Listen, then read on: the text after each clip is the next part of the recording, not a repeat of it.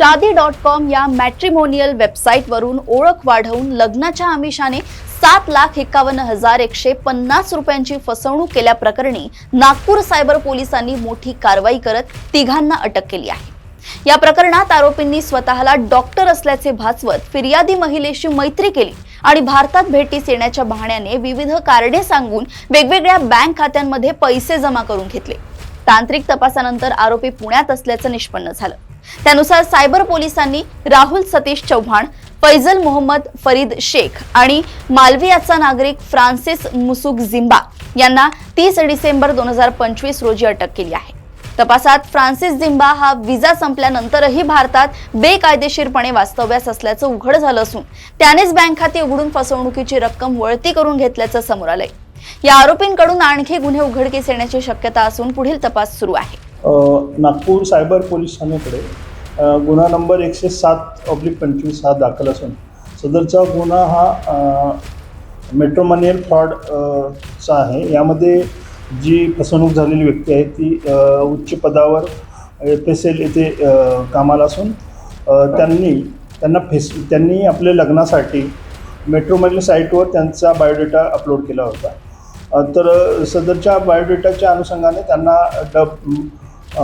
+44 या नंबरवरून डॉक्टर मनीष मधुक असं बोलत आहे असं सांगून त्यांच्याशी सलगी वाढवली की मी इंडियन फॉरेनला असतो आणि मी आता इंडियात येऊन मी स्थायिक होणार आहे आणि मला तुमच्यासारखीच उच्च पदस्थ मुलीशी लग्न करायचं आहे वगैरे असं सांगून त्यांच्याबरोबर त्यांनी संबंध वाढवले आणि त्यांच्याकडून कोणत्या ना कोणत्या कारणाकरून वगैरे त्यांच्याकडून पैसे घेतले आणि आपण लग्न झाल्यानंतर आपण एकत्रच राहणार आहोत, ते पैसे मी तुला देईन वगैरे असं सांगून त्यांची 8 लाखाची फसवणूक केली होती। याबाबत आपण गुन्हा नोंद केला आणि सदर गुन्ह्याचा तपास माननीय पोलीस आयुक्त Ravindra single sir, joint CP sir, माननीय DCP लोहित मतानी सर यांच्या मार्गदर्शनाखाली API बागुल आणि आम्ही चालू केला। सदर गुन्ह्यामध्ये ज्या अकाउंटवर पैसे त्यांनी भरले होते ती सर्व अकाउंट 2 पुण्याची होती। त्यामध्ये पुण्याचे राहुल चौहान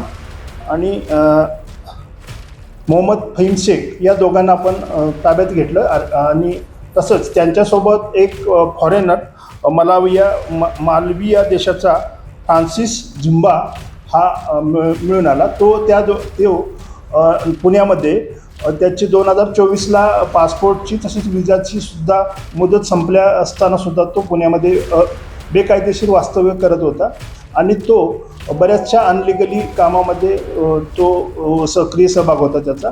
तो या दोघांचे जे अकाउंट असतील किंवा इतरांचे अकाउंट असे पुढे वापरून त्यांचा जो पुढचा जो आरोपी आहे, जो पाहिजे आरोपी फ्रान्सिस आहे तो त्याला तो देत होता आणि यांच्या मार्फतीने ते अशा प्रकारचा भारतीय मुलींना मेट्रोमोनियल साईटवरून माहिती काढून वगैरे ते फसवणूक करत होते।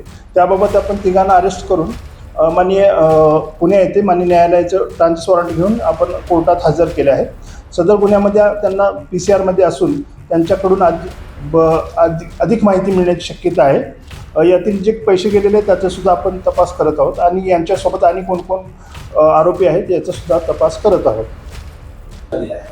यामध्ये तिन्ही आरोपींना जे फॉरेनर फ्रान्सिस झिम्बा याचा सुद्धा आपण त्याचा व्हिसा आणि पासपोर्ट एक्सपायर झाल्यामुळे आपण फॉरेनर ॲक्ट वाढ करून सदर तिन्ही आरोपींना 4 दिवसाची पोलीस कस्टडी मान्य न्यायालयाने दिली आहे।